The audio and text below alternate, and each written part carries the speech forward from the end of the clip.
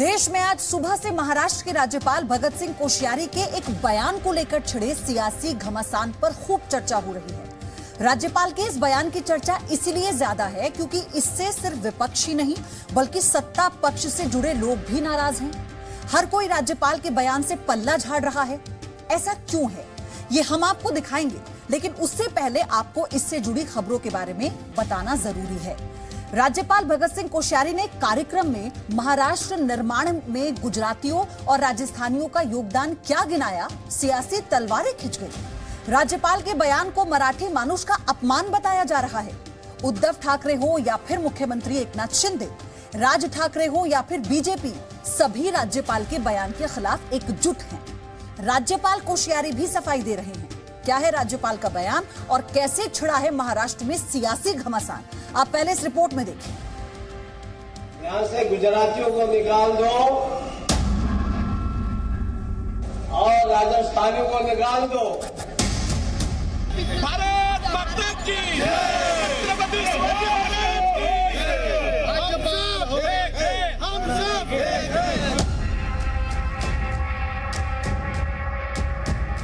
महाराष्ट्र में कहीं ही देखा, पर कोल्हापुर का जोड़ा नहीं देखा। राज्यपाल जैसे पद पे बैठे हुए महामहिम राज्यपाल के लिए शोभा नहीं देती।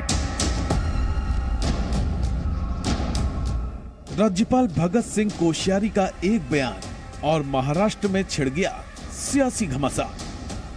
और घमासान भी ऐसा जिसमें एक तरफ है राज्यपाल और दूसरी तरफ हैं सारे सियासी दल।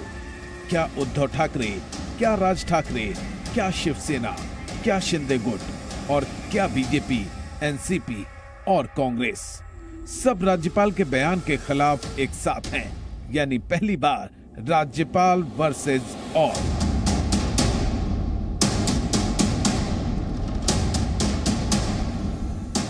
महाराष्ट्र के इस सियासी महाभारत की पूरी पिक्चर हम आपको दिखाएंगे, लेकिन उससे पहले आपके लिए ये देखना जरूरी है कि आखिर राज्यपाल भगत सिंह कोश्यारी ने ऐसा क्या कह दिया जिसे राज्य की सियासत से जुड़े लोग महाराष्ट्र का अपमान बता रहे हैं। कभी कभी मैं यहाँ लोगों से कहता हूँ महाराष्ट्र में कि भाई महाराष्ट्र में विशेष करके मुंबई, थाने, यहाँ से गुजरातियों को निकाल दो और राजस्थानियों को निकाल दो तो तुम्हारे यहाँ कोई पैसे बचेगा ही नहीं। ये राजधानी जो है जो कहलाती है आर्थिक राजधानी कहलाएगी नहीं।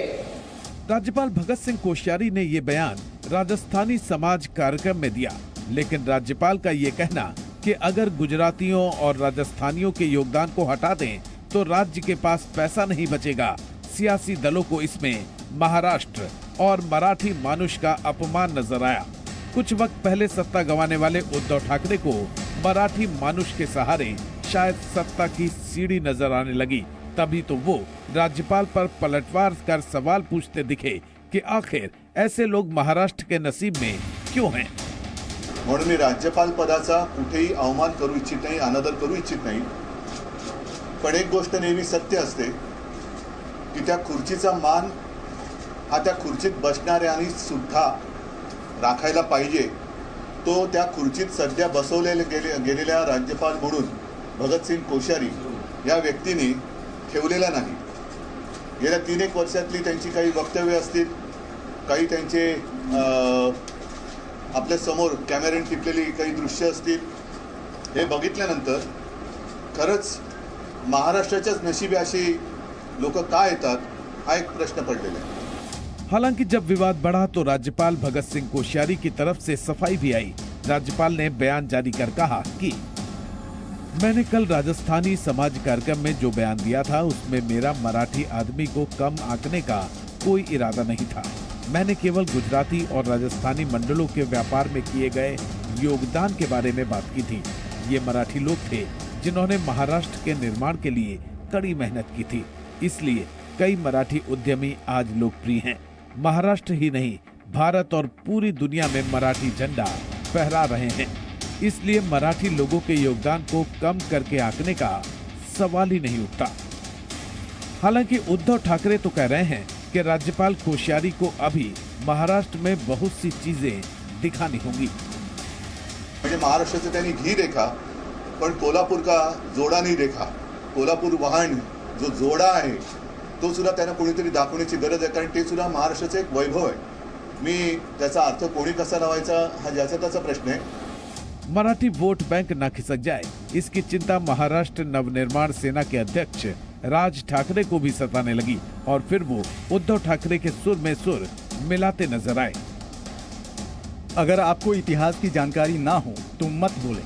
राज्यपाल एक प्रतिष्ठा और सम्मान का पद है, इसलिए आपके खिलाफ बोलने से लोग बचते हैं, लेकिन आपके बयानों से महाराष्ट्र की जनता की भावनाएं आहत होती हैं। महाराष्ट्र में मराठी मानुष ने अपना दिल और जमीन ठीक से रखी है। मराठी मानुष को उकसाओ मत, फिलहाल यही आपको बोल रहे हैं। शिंदे गुट भी राज्यपाल के बयान पर जारी सियासी रण में उतर आया। राज्यपाल के बयान के खिलाफ केंद्र से शिकायत करने की बात कही। मुख्यमंत्री एकनाथ शिंदे ने भी कहा कि मराठी मानुष के योगदान को भुलाया नहीं जा सकता। एक मोठं पद आहे राज्यपाल, म्हणजे राज्याचं एक प्रमुख व्यक्तिमत्व असतं, एक संविधानिक एक पद आहे आणि त्यामुळे कुणाचाही अवमान होणार नाही याची काळजी त्यांनी घेतलीच पाहिजे। विशेषतः मुंबईमध्ये मराठी माणसाचं जे त्याग योगदान त्याला कोणालाही त्याचा अवहेलना किंवा अवमान करता येणारच नाही आणि आमची देखील स्पष्ट भूमिका ही जी काही मराठी माणसाचं योगदान जे आहे हे योगदान कुणालाही दाखवता येणार नाही। मराठी माणसाच्या मेहनतीवरच मुंबई ही देशाची आर्थिक राजधानी बनलेली आहे। बीजेपी ने भी राज्यपाल के बयान से पल्ला झाड़ दिया। पूर्व मुख्यमंत्री देवेंद्र फडणवीस कहते दिखे कि अलग अलग समाज के योगदान से मराठी मानुष के योगदान को नकारा नहीं जा सकता। माननीय राज्यपालजींच्या विधानाशी आम्ही सहमत नाही। महाराष्ट्राच्या विकासामध्ये आणि वाटचालीमध्ये मराठी माणसाचं जे कार्य आहे, जे श्रेय आहे ते सर्वाधिक आहे। यानी लड़ाई अब मराठी मानुष की अस्मिता से जुड़ चुकी है और सियासी मैदान में मराठी मानुष को नाराज करने का खतरा कोई भी सियासी दल नहीं लेना चाहता। आरोपों का दौर अभी से शुरू हो गया है। सामने चुनाव है, आने वाले कुछ ही दिनों में पूरा महाराष्ट्र महापालिका हो, पालिका हो या अन्य सारे जो चुनाव आने वाले हैं, संस्था है उसका चुनाव आने वाला है, उसमें पोलराइजेशन करने के लिए इन्होंने बात कही है, ऐसे सबका मानना है। यानी राज्यपाल के बयान पर सियासी घमासान जल्द थमता नहीं दिख रहा। अब बात निकली है तो दूर तक जाएगी। मुंबई से वैदेही काड़ेकर के साथ ब्यूरो रिपोर्ट, जी मीडिया।